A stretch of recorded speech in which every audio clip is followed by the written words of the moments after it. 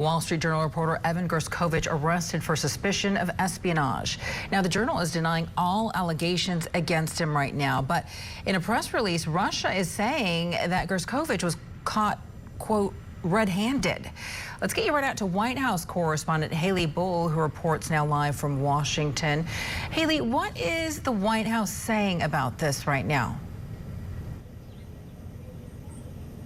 Good afternoon, Veronica. There is deep concern here at the White House over his detainment. We are learning that President Biden has been briefed on the reports and that State Department officials have been in touch with the Russian government. Right now, officials are trying to gather as much information as they can and gain consular access, framing this as, quote, early hours in this situation. Administration officials report speaking with both the Wall Street Journal and being in touch with the reporter's family. The White House press secretary putting out a statement today saying, quote, the targeting of American citizens by the Russian government is unacceptable. We condemn the detention of Mr. Gershkovich in the strongest terms. Secretary of State Antony Blinken also weighing in, saying, quote, in the strongest possible terms, we condemn the Kremlin's continued attempts to intimidate, repress, and punish journalists and civil society voices. Now, the Russian Security Service confirmed that he was accredited by the Foreign Ministry. They allege he was spying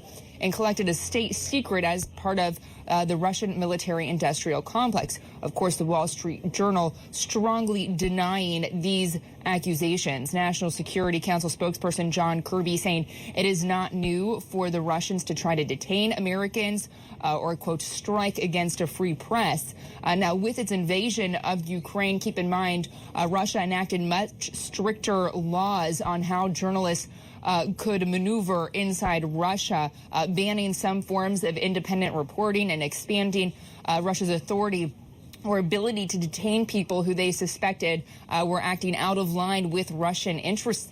Now, Gershkovich worked as a reporter in the Wall Street Journal's Moscow bureau for more than a year. If he is convicted on these espionage charges lobbed at him, that's a consequence of up to 20 years in prison. He's believed to be the first American journalist arrested in this manner since the Cold War.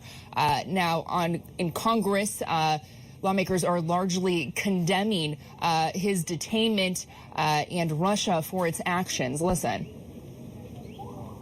This is very typical Russia behavior, and that is to grab Americans, use them as leverage. In this case, a reporter makes spurious allegations against them and detain them, potentially for long periods of time. In this case, I think we can see it in concert with their nuclear announcements, the abrogation of their treaty obligations as a way of just ramping up pressure on the West, signaling that Moscow is going to use whatever tools it has, including essentially hostage taking.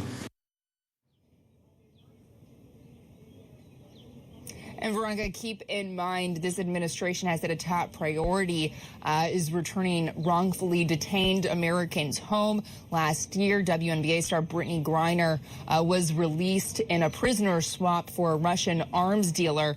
American Paul Whelan, though, has remained detained since 2018. It's also noteworthy that recently the U.S. charged a Russian national as a foreign agent, accusing him of using a Brazilian alias. Officials say, though, they don't know if this is in retaliation to anything, reiterating that it's still the early stages. They are still working to collect information, gain consular access, and work through the designation process of his detainment, Veronica. All right, Haley Bull reporting live for us from the White House. Haley, thank you so much.